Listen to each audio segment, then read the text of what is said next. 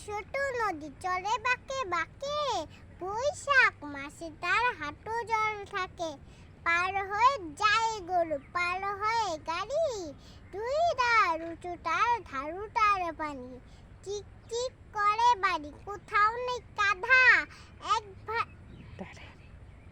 ধারে কাশবন ফুরে ফুরে সাদা। চিক করে বাড়ি, কোথাও নেই কাদা, এক ধারে কাশবন ফুরে ফুরে সাদা। কিচিমিচি করে ডাক, ঝালুকের ঝাঁক, লাগলে উঠে দেখি রাতে ওঠে থেকে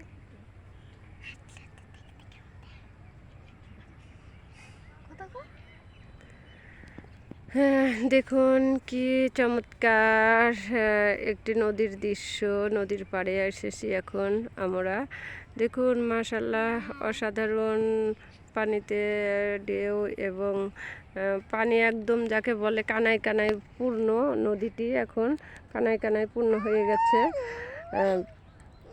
চারিদিকে পানি আর পানি, অনেক পানি, অথল পানি, আসলে নামলে তল পাওয়া যাবে না। প্রচুর পানি এখানে এই বর্ষার কারণে, বন্যার কারণে চারিদিকে পানি থই থই করছে।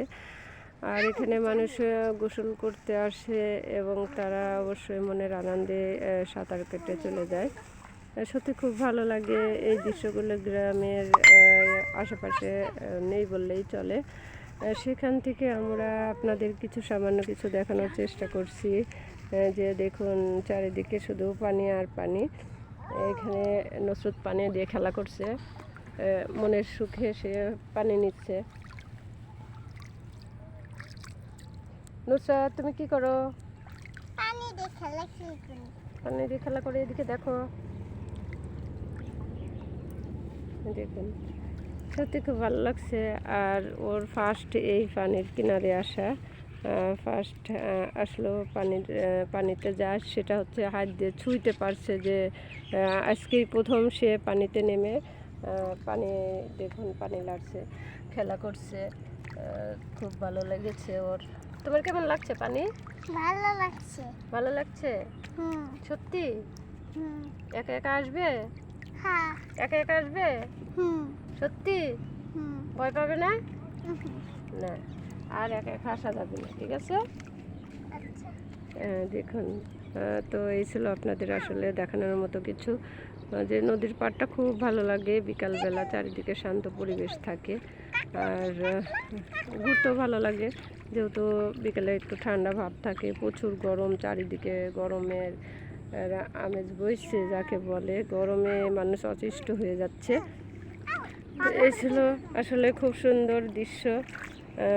ভাল লাগলো পানিতে এসে। আমরাও বেড়াইলাম পানিতে। এখন চারিদিকে শুধু পানি আর পানি। দেখুন একদিকে বন্যায় যারা ক্ষতিগ্রস্ত এই পানির কারণে, আবার এই পানি ছাড়া না থাকলেও আমাদের চলতে পারি না, আমাদের ক্ষতি। যেমন কৃষিকাজে পানি ব্যবহার করতে হয়, নৌকা চলাচল করতে হয়, সব দিক দিয়ে অবশ্য পানি খুবই প্রয়োজন। প্রাণীর যে অপর নাম জীবন, সেটাও ঠিক আছে, আবার প্রাণীর অপর নাম মরণ। যেমন বন্যার পানিতে কত হাজার হাজার মানুষ, লক্ষ মানুষ পানিবন্দী, তারা ক্ষতিগ্রস্ত হয়েছেন, কারোর জীবনও চলে গিয়েছেন, মারা গিয়েছেন। আমরা তাদের জন্য সবাই দোয়া করব, আল্লাহ যেন তাদের হেফাজত করেন। তো এই ছিল আজকে আমার এই দেখানোর মতো একটি দৃশ্য আপনাদের। যদি ভালো লেগে থাকে অবশ্যই লাইক কমেন্ট শেয়ার করবেন। আর হচ্ছে আমার আইডিটা সত্যি একদম জিরোতে আবার নেমে গেছে, জানি না কোন কারণে, কোনো ভুলের কারণে কিনা সেটাও জানি না আমি। তো অনেকগুলো এঙ্গেজমেন্ট ছিল, ফ্যান ফলোয়ার ছিল, কিছুই নেই, এখন আবার জিরোতে নেমে গেছি। পাশে একটি ডাটা ক্ষেত, দেখুন ডাটা শাকগুলো আসলে আগাছা দিয়ে ভরে গেছে চারিদিকে। শাকগুলো খুবই দারুণ, একদম টাটকা, তবুও সেই শাকগুলোর মধ্যে আগাছা পরিপূর্ণ হয়ে ভরে আছে। তো ভাই বোনেরা অবশ্যই আমার জন্য দোয়া করবেন, আমি আপনাদের জন্য দোয়া করব। আর অবশ্যই আমাকে একটু সাপোর্ট করবেন, পাশে থাকবেন, ভালোবাসা দেবেন। যেহেতু আমার এঙ্গেজমেন্ট একদম আবার জিরো হয়ে গেছে, আগের মতো সবগুলো লাল হয়ে গেছে, জানি না কী কারণে হলো সেটাও জানি না। আমি অবশ্য লেভেল 3 পার হয়ে 4-এ ছিলাম, সেটা এখন কিভাবে কি হলো বুঝতে পারছি না। তো আপনাদের ভালোবাসা না পেলে আবার সেই আগের জায়গাতে পৌঁছানো খুবই কষ্টকর। তবে আপনাদের ভালোবাসা ইনশাল্লাহ আবার ঘুরে দাঁড়াবো আশা করছি। আপনাদের ভালোবাসায় সবাই আমার জন্য দোয়া করবেন, আমি আপনাদের জন্য দোয়া করব।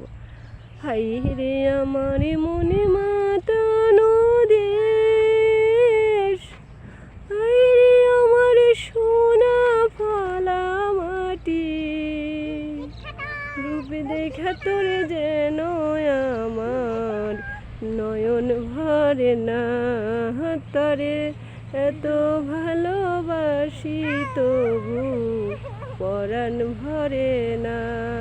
একদমই ঠিক, প্রাকৃতিক সৌন্দর্য দেখলে নয়ন ভরে না, পরাণ ভরে না। ধন্যবাদ প্রিয় ভাই বোনেরা।